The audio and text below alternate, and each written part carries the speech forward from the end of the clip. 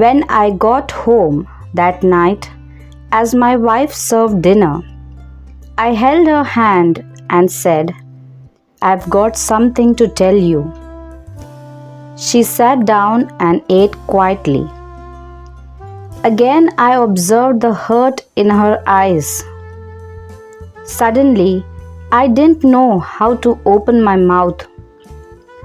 But I had to let her know what I was thinking. "I want a divorce." I raised the topic calmly. She didn't seem to be annoyed by my words. Instead, she asked me softly, "Why?" I avoided her question. This made her angry.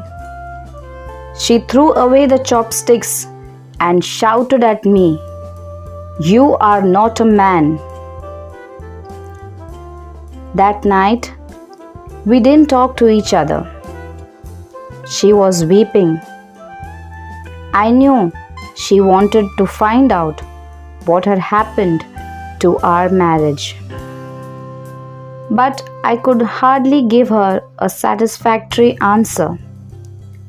She had lost my heart to Jane. I didn't love her anymore. I just pitied her.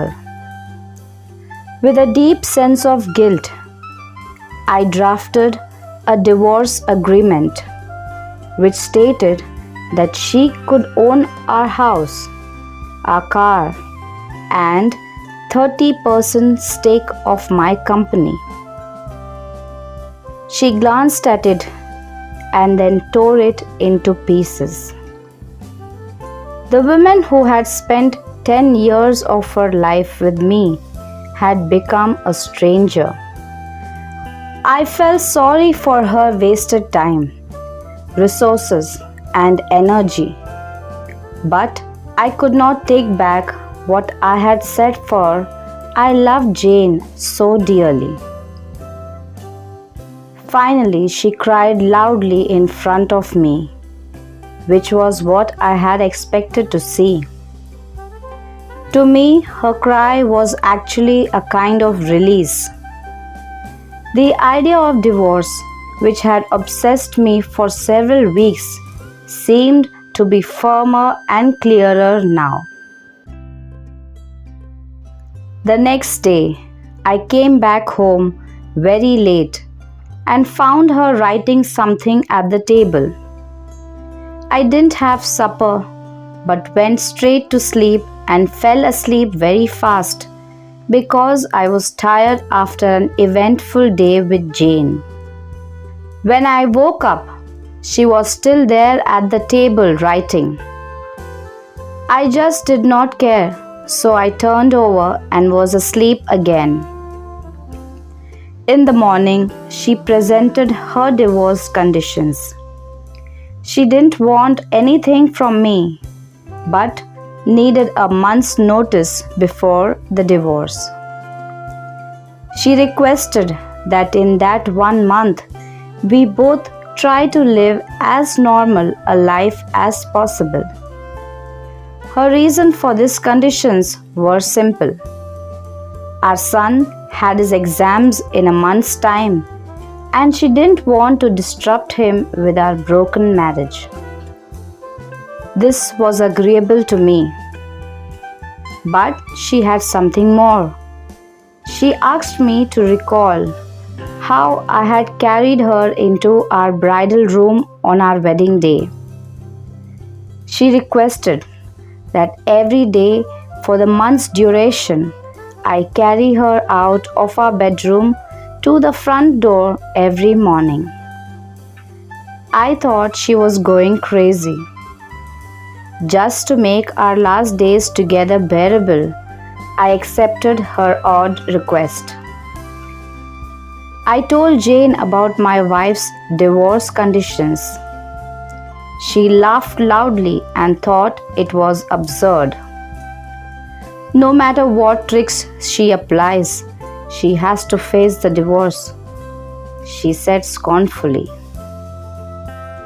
My wife and I hadn't had any body contact since my divorce intention was explicitly expressed.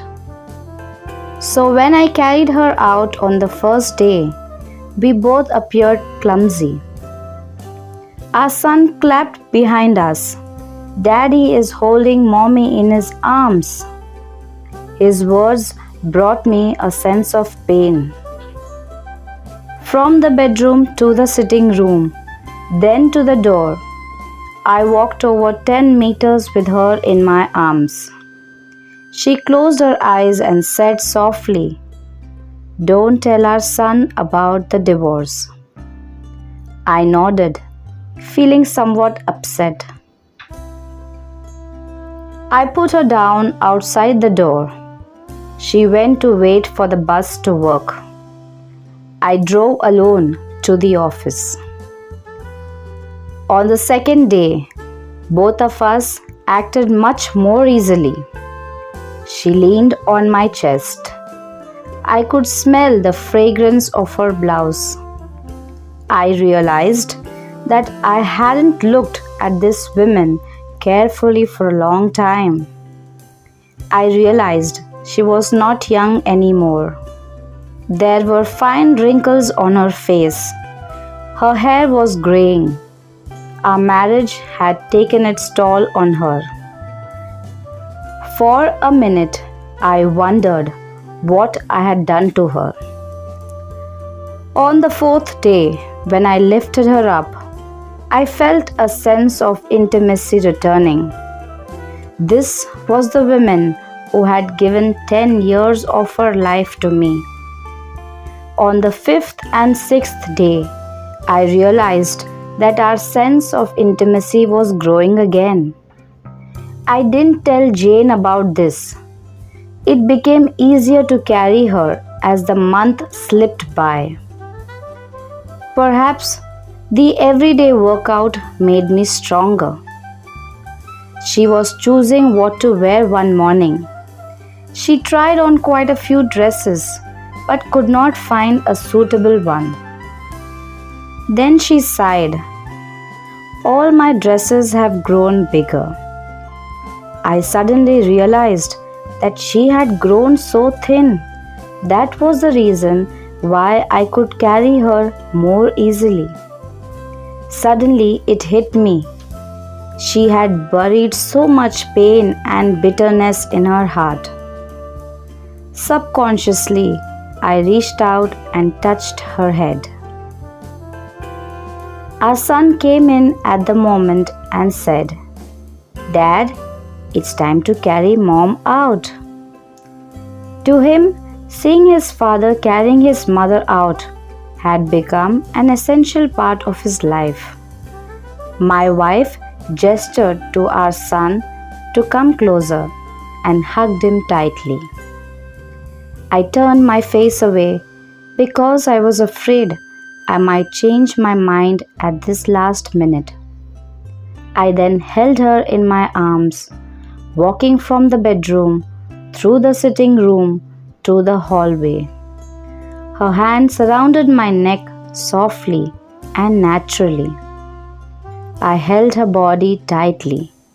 It was just like our wedding day. But her much lighter weight made me sad. On the last day, when I held her in my arms, I could hardly move a step. Our son had gone to school.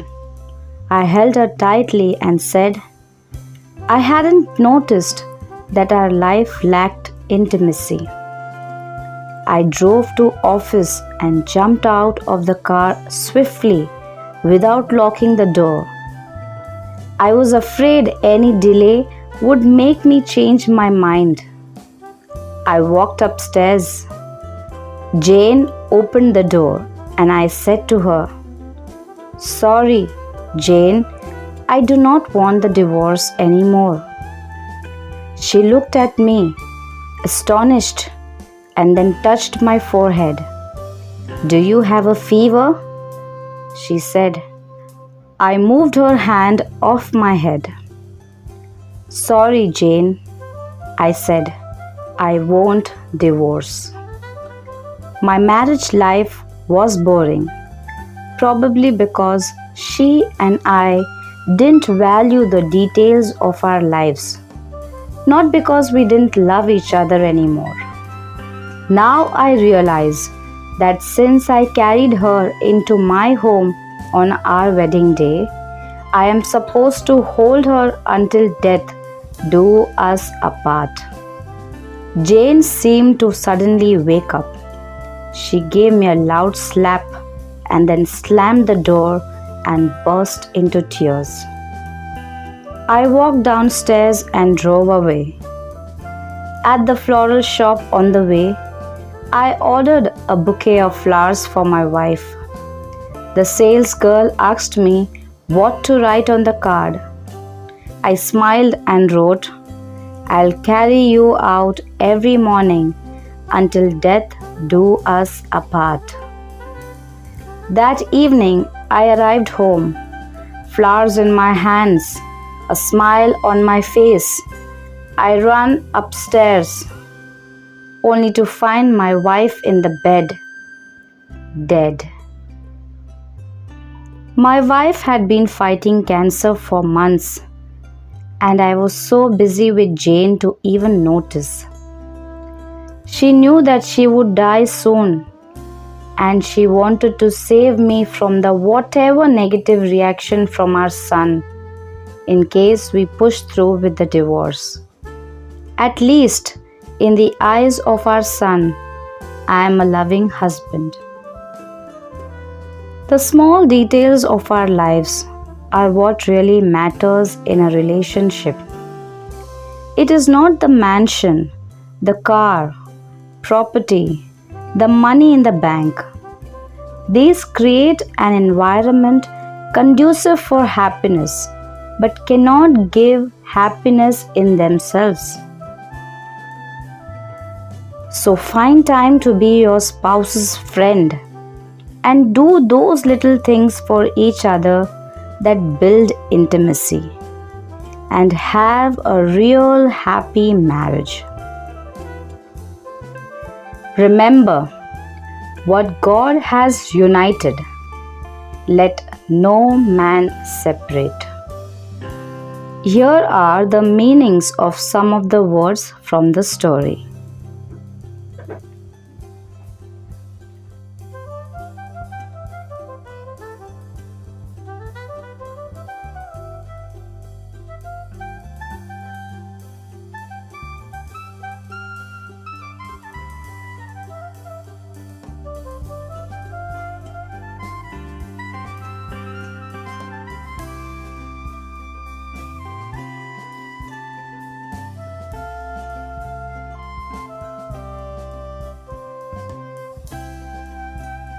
I hope you learned a great lesson from this story. Don't forget to subscribe to the channel and like the video.